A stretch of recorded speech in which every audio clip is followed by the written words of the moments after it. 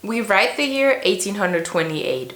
That is when Truth, a black woman who had no money or power and barely any rights, went to court to demand the return of her son, who has been illegally sold to a slave owner in Alabama.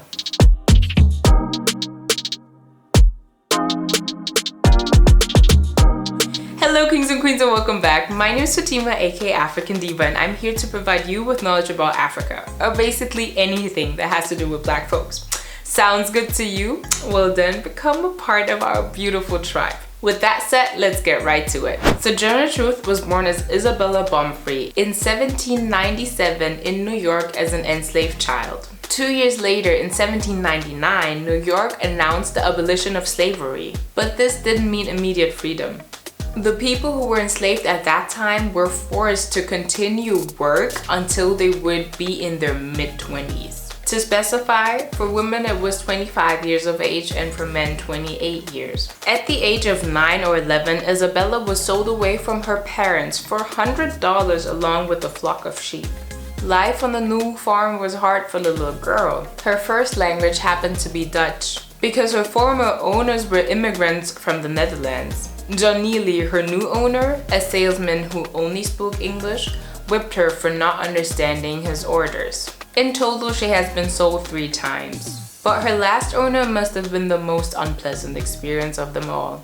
John Dumont forced himself onto her on the regular, which filled his wife with hatred towards Truth. So not only was she raped, but also punished by his wife. One time, the young girl fell in love with an enslaved man from a neighboring farm. His name was Robert, and he would do anything to see her, despite the fact that his owner forbade the relationship. Why is he all up in their business, you may ask yourself? Well, he didn't want Isabella to get pregnant because the kids wouldn't be his property but the property of his neighbor. So one day when he found the two meeting up, he beat Robert to death. And that was the last time when Isabella got to see her lover. When Isabella turned 25, her slave owner wouldn't let her go, so she fled into freedom. But she could only carry her baby daughter along the way and had to leave the other kids behind. When she heard that he sold her son, she took the case to court, raised funds, and strategized with lawyers. The trial went on for months, but she never lost faith. And so eventually, she won the case, which is crazy considering the time that took place in. This was only the beginning of her path on reinstalling justice. She renamed herself from Isabella Baumfree to Sojourner Truth and became a great public speaker that shed some light on the inequities at that time, such as women's rights, civil rights, and anti-slavery. She even met up with the President Abraham Lincoln to discuss with him the matter that free slaves would be in need of their own land.